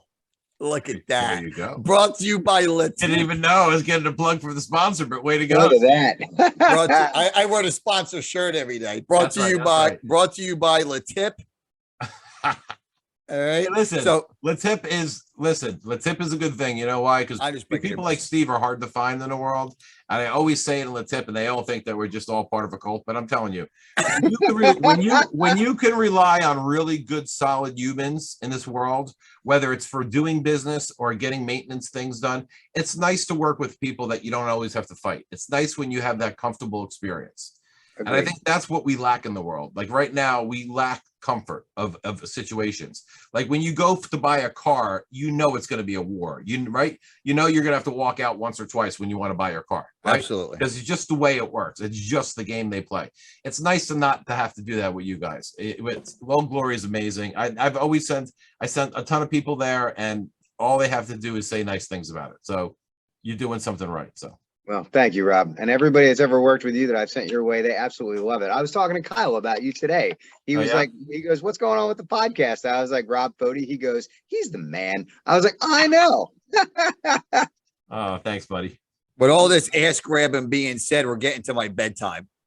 And I still have to go to the gym with all of that being said. What are you going to do? Are you going to do some yoga? What are you going to do? Nah, I got to do. Hopped up on those candies that I have left. Bro, there. I can't tell you. Right. I think I might be having like some kind of like track relationship with this Smarties. box of candy. I put it by, so Steve, he had Smarties, right? And I have like a big thing here, right? So, you know, we're doing a podcast, so there's a big thing of Smarties in here. This is not brought to you by Sweetwater, but it might as well say sponsored by Sweetwater. Sweetwater, hey everyone, thank you. By the way, so I complained to my Sweetwater guy that I told him he sent me a whole container. Anyway, long story short, I give him these to eat, right? So what do you think he's doing on the first podcast? Let me show you what he was doing. You got to watch this. Steve, what are you doing? Like, what are you doing? Like, when you do that thing, like, what do you do? Like, so Fody does this for me. He puts them all. He opens up every package. Unwraps them and puts them in a baggie. It's almost like it's this is love. It's almost like Coke right here because it's like you just get a handful of it. You get a whole pack, all one mouthful. I've eaten so many of these today that I feel like I'm gonna eat some more now, but I feel like I kind of like am shaking a little bit. What you need to do is just like crush them all up in the baggie and then put them in your car, like in the cup holder right in the middle. Go do something stupid and be like. Yes, I'm gonna start snorting these things off of Rob's desk. You probably could you have access to hammers and stuff. You can go start smashing them and snorting them, see what happens. I might give it a shot. All right, we're pushing up against my bedtime. I still got to go to the gym. I'm doing pool so I can work on my bicep. Oh, nice. Today. That's your gun. That. See, when people ask about your guns when you're doing the Bears, that's the gun show, right? Nice. See? I love this guy. I'm bringing two guns with me. I'm be like, yo, Bear. What do you think? That's really good. Oh, yeah. When I toss you around in a lifeless state, I know your arm will stay on tight, so I can go for any other body part that I'm looking for. No problem. Well, whoever's going with you can run away while you're distracted. By the way, Ray, I'm busy that weekend. Whatever the weekend that is, I'm busy. I got Latip that week. I just found out Latip is on a Tuesday, so this bullshit, you guys are coming. Nope. All right, you guys are coming. Thank you, Steve. Thank you so much, Steve. Thank you for coming out on the podcast, Steve. Rob, my pleasure. Thank you for all your help. I love you, and I will talk to you guys later.